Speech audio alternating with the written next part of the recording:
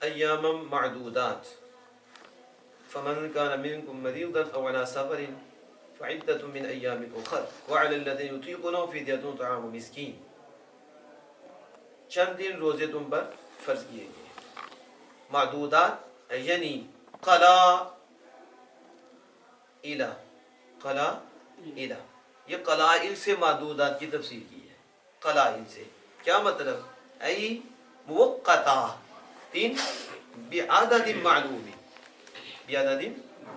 وہی رمضان.